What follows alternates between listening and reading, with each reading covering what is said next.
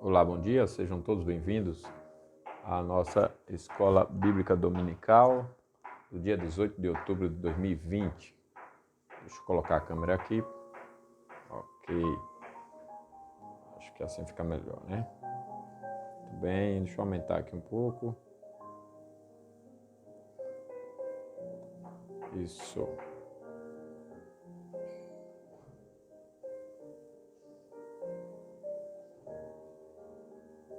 Acho que assim fica melhor. Vamos lá, dando os ajustes aqui ainda. Chegamos da igreja, tivemos uma dificuldade na transmissão, aí nós vamos colocar aqui gravado, tá? Deixa eu tirar o som aqui. Nós vamos começar com uma oração. E tem um pedreiro aqui, no domingo, trabalhando, ele não é crente, né? Trabalhando no dia do Senhor.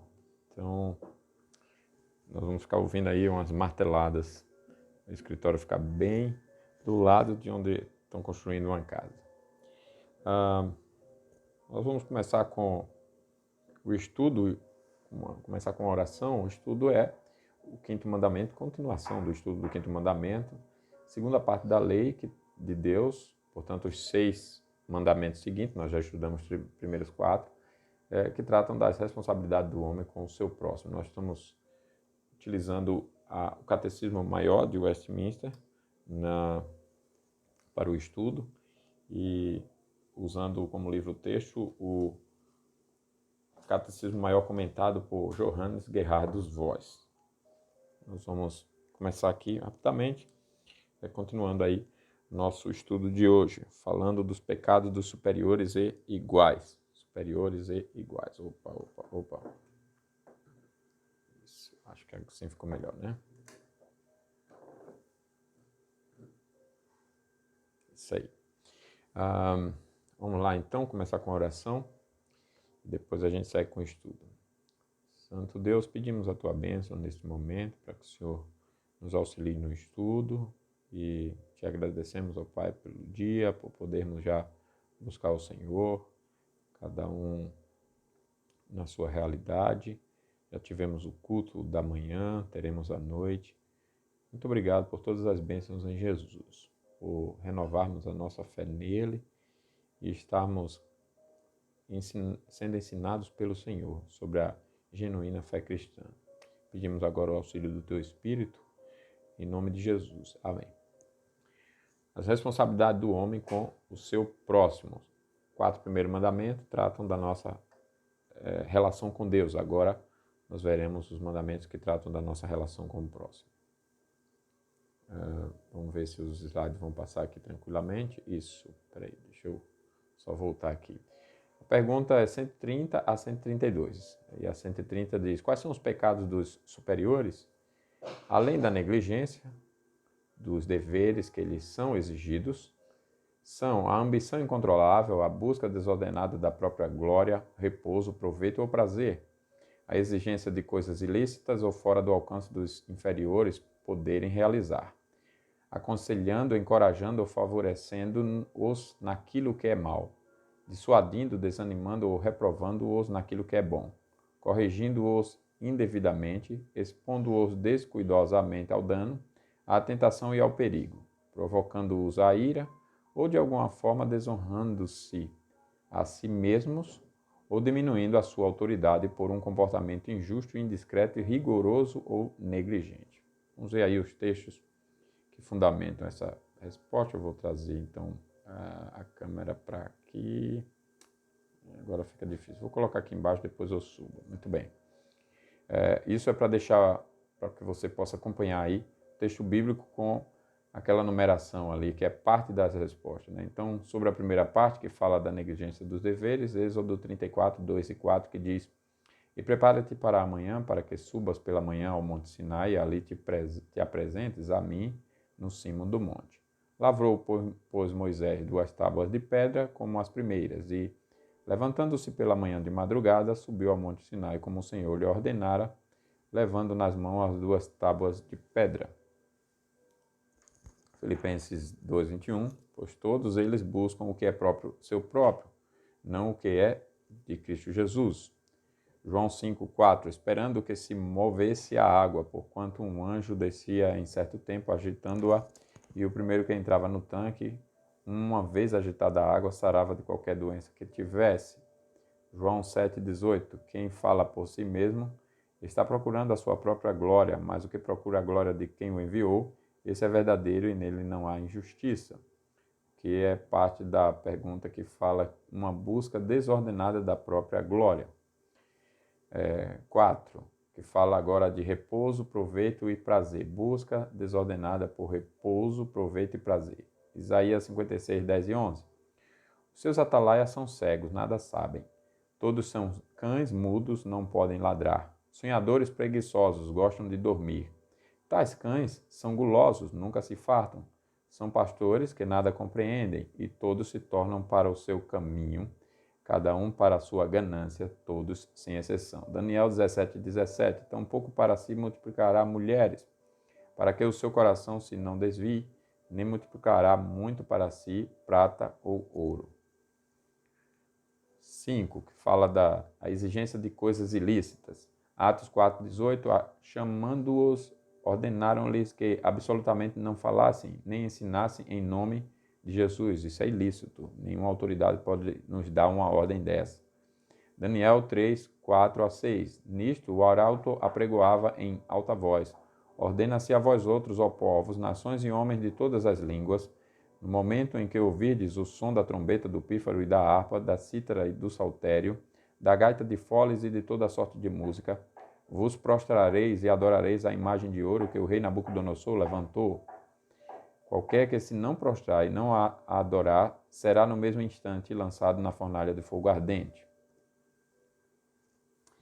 Parte que fala de exigir coisa fora do alcance de inferiores poderem realizar. Mateus 22, 2 e 4. Na cadeira de Moisés se assentaram os escribas e os fariseus. Atam fardos pesados e difíceis de carregar e os põem sobre os ombros dos homens. Entretanto, eles mesmos, nem com o dedo, querem movê-los. Aconselhando, encorajando ou favorecendo naquilo que é mal. Mateus 14, 8. Então, ela, instigada por sua mãe, disse: dá-me aqui num prato a cabeça de João Batista. Marcos 6, 24. Saindo ela, perguntou à sua mãe: que direi? Respondeu ela: a cabeça de João Batista. Que pedirei, né? Jeremias 5, 30 e 31. Coisa espantosa e horrenda se anda fazendo na terra. Os profetas profetizam falsamente e os sacerdotes dominam de mãos dadas com eles. E é o que eu desejo ao meu povo. Porém, que fareis quando estas coisas chegarem ao seu fim?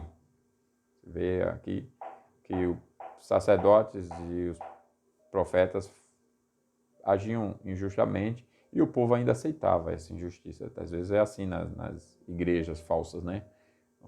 Há o ensino errado, todo mundo sabe, todo mundo quer. Jeremias 6, 3 a 14. Porque desde o menor deles até o maior, cada um se dá à ganância, e tanto o profeta como o sacerdote usam de falsidade. Curam superficialmente a ferida do meu povo, dizendo: paz, paz, quando não há paz. João 7, 46 e 48. Responderam eles: jamais alguém falou como este homem. Replicaram-lhe, pois, os fariseus: será que também vós fostes enganados? Porventura creu nele alguém dentre as autoridades ou algum dos fariseus? 11. A parte que fala de corrigir indevidamente. 1 Pedro 2, 19 e 20. Porque isto é grato, que alguém suporte tristeza, sofrendo injustamente por motivo de sua consciência para com Deus, pois que gloriar-se pecando e sendo esbofeteados por isso, o suportais com paciência. Se, entretanto, quando praticais o bem, sois igualmente afligido e o suportais com paciência, isto é grato. Hebreus 12, 10. Pois eles nos corrigiam por pouco tempo, segundo melhor lhes parecia. Deus, porém, nos disciplina para aproveitamento, a fim de sermos participantes da sua santidade. Levítico 19, 29.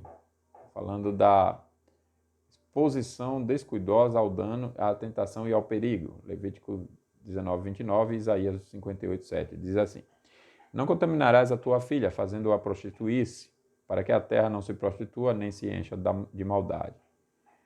Próximo texto, porventura não é também que repartas o teu pão com o faminto e recolhas em casa os pobres desabrigados, e se vires o nu, o cubras e não te escondas do teu semelhante? Efésios, agora eu vou subir um pouquinho aqui só para ver a parte de Efésios, né? Provocando a ira, Efésios 6,4. E vós, pais, não provoqueis vossos filhos a ira, mas criai-os na disciplina e na demonstração do Senhor. E por último, a parte que fala, ou de alguma forma, desonrando a si mesmo. Então é quando a autoridade desonra a sua própria autoridade, diminuindo a sua autoridade, né? Diminuindo, não, por exemplo, aquela autoridade, nós vamos estudar todas essas questões na sequência, mas aquela autoridade que não se importa em não ser tratado com reverência, com respeito, que a sua posição seja reconhecida. Então ele mesmo é o primeiro a diminuir a sua própria autoridade por um comportamento injusto, indiscreto, rigoroso e negligente. Vamos ver aqui. Gênesis 9, 21, bebendo do vinho, embriagou-se e se pôs nu dentro de sua tenda. 1 Reis 12, 13 e 14. Dura resposta deu o rei ao povo, porque desprezava o conselho que os anciãos lhe havia dado. Ele falou segundo o conselho dos jovens, dizendo: meu pai fez pesado o vosso jugo, porém eu ainda o agravarei.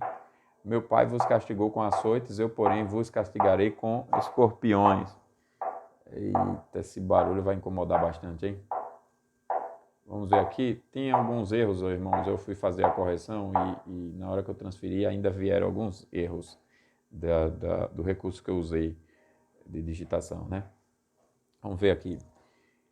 É pecado os superiores negligenciarem os deveres que lhes são exigidos, porque esse tipo de negligência resulta de não reconhecerem ou não levarem a sério a responsabilidade vinculada à autoridade àqueles que foi otorgada por Deus.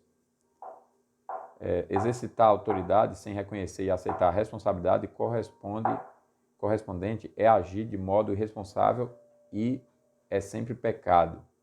Exercitar a autoridade sem reconhecer e aceitar a responsabilidade correspondente é agir de modo irresponsável e é sempre pecado. Tiago 4,17. O egoísmo é fonte da maioria dos erros cometidos por pessoas em posição de autoridade, por não ser identificado nem controlado e por produzir inevitavelmente a injusta exploração das pessoas que estão sob as autoridades de outras. Quem está em posição de autoridade precisa entender que essa autoridade não lhe foi atribuída para o seu deleite egoísta, que tem um dever real para com aqueles que estão sob sua autoridade e que eles próprios estão debaixo do governo moral de Deus e têm a obrigação de lhe prestarem contas de modo como exercem autoridade em todos os casos. E vai haver uma prestação de conta de todas as autoridades. Todo uso egoísta de autoridade é abuso de autoridade, portanto, pecado. Por exemplo, Nabucodonosor ordenou que todo o povo adorasse a grande imagem de ouro, Daniel 3, 1 a 7. Isso é errado, uma autoridade nos dizer o que devemos e o que não devemos adorar. É errado. O decreto de Dario proibiu por 30 dias qualquer homem de adorar a qualquer deus ou homem, senão a ele, Daniel 6, 4 a 9.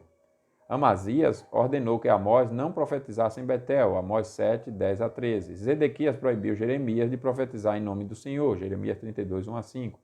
O Sinédrio judaico ordenou que os apóstolos não pregassem em nome de Jesus, Atos 4, 17 e 18, nós já lemos esse texto, né? E 5, 28 e 40. Além desses exemplos, na história da igreja, quando nós estudamos a história da igreja, vemos que houve governantes que ordenaram ações contrárias à lei de Deus.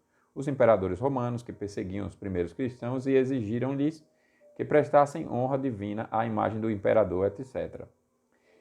Os governantes da Escócia que exigiram que o povo renunciasse ao pacto nacional, à solene liga e pacto, e reconhecessem o rei como o cabeça da igreja, etc. O governo japonês que, antes da derrocada do país, exigia que os cidadãos, inclusive os cristãos, no Japão, na Coreia e na Manchúria, etc., se curvassem diante dos santuários shintoístas para prestarem honra à deusa Sol como testemunho de fidelidade civil ao Estado. Vê só. Na Bíblia também vemos exemplos de governantes que exigiram de seus súditos coisas impossíveis de serem realizadas. Os capatazes egípcios que, por ordem de Faraó, exigiram do povo de Israel que fizessem tijolos sem que fornecessem a palha para isso. É um pecado, né? Usar a posição de liderança e fazer exigências além da capacidade do servo. Êxodo 5, 10 a 18. A ordem de Nabucodonosor para que os seus magos, etc., lhe declarassem o sonho esquecido por ele, que ele nem não tinha revelado, juntamente com a sua interpretação, Daniel 2, 1 a 13. Então, exigir que diga qual foi o sonho que ele teve. Né? Isso são exemplos de quando há abuso de autoridade. Isso sim é um verdadeiro abuso de autoridade. Hoje no Brasil, o abuso de autoridade é a autoridade ser justa, né? Que é um abuso também de autoridade, aprovar uma lei dessa natureza. Seguindo aqui, é extremamente errado os superiores influenciarem os que estão debaixo de sua autoridade em favor do que é errado ou contra o que é certo, porque a influência ordinária que se exerce sobre o outro soma-se o peso da autoridade superior. É sempre errado influenciar alguém em favor do que é errado ou contra o que é certo, mas quando essa influência é praticada por uma autoridade, o que é mal fica pior. Por isso, é muito mais maligno quando o representante oficial do governo encoraja os cidadãos a violarem a lei ou desencoraja-os em seus esforços de a obedecerem e honrarem, do que se um civil exercesse influência semelhante. Então, quando é uma autoridade fazendo isso, é algo bem pior. É muito pior, por exemplo, quando um pai encoraja o filho a mentir ou zomba de seu empenho em ser honesto, do que se um amigo do filho fizesse o mesmo. Semelhantemente, é muito pior quando um ministro, um pastor, um pregador do evangelho, né, um líder da igreja, ou outro oficial encoraja os membros da igreja a condescenderem em uma conduta pecaminosa ou desencoraja os que estão procurando viver de modo santo e consistente, do que se um membro comum da igreja fizesse a mesma coisa. No caso da nossa influência sobre os outros, como em outros casos, isso significa que quanto maior for a autoridade, maior é a responsabilidade. Isso é importante. Outro erro muito grave é a correção indevida, exacerbada ou imoderada dos erros dos inferiores. É errado porque é injusto, por ser, no caso, desproporcional à ofensa ou à transgressão. Também é errado porque destrói os efeitos próprios da correção ao produzir na pessoa corrigida um sentimento de injustiça e ressentimento, em vez de levá-la a corrigir a conduta. Não quer dizer que todo mundo que se ressente, que não se submete, é porque quem exerceu a disciplina estava errado. Não. Aqui está falando de injustiça, de uma correção indevida, exacerbada ou imoderada. É diferente de correção justa. Né? Bem diferente. Da mesma forma, é pecado a exposição descuidada dos inferiores ao erro, à tentação e ao perigo. Todos têm responsabilidade moral pelo bem-estar do seu próximo, mas no caso das pessoas em posição de autoridade, a responsabilidade pelo bem-estar dos subordinados a si é muito maior. É uma responsabilidade ainda maior. A exposição descuidosa, negligente e indiferente ou indiferente dessas pessoas à injustiça ou ao perigo moral, espiritual ou físico é uma crassa desconsideração ou negligência pela responsabilidade dada por Deus para com o bem-estar delas. Alguns exemplos da Bíblia de exposição descuidada de inferiores ao erro, à tentação e ao perigo são, primeiro, Ló, que se mudou cada vez para mais perto da maligna cidade de Sodoma, indo finalmente fixar residência dentro dela a despeito do perigo moral para a sua família. Gênesis 13, 12 e 13. Os irmãos de José, que o venderam ao Egito, tratando-o assim, não somente de modo extremamente injusto, mas abandonando-o a um ambiente onde enfrentaria tentações, a idolatria e a imoralidade. Gênesis 37, 26 a 28. E o rei Acabe, que se casou com Jezabel, princesa sidônia adoradora de Baal, responsabilizando ou expondo assim uma nação inteira à injustiça, ao mau exemplo e à tentação de ceder à idolatria. 1 Reis 16, 29 a 33. E, portanto, o exemplo da liderança é muito importante. A liderança tem que ter muito cuidado, né, nas suas escolhas, nas suas práticas, no seu comportamento e estilo de vida. Efésios 6, 4. proíbe que os pais provoquem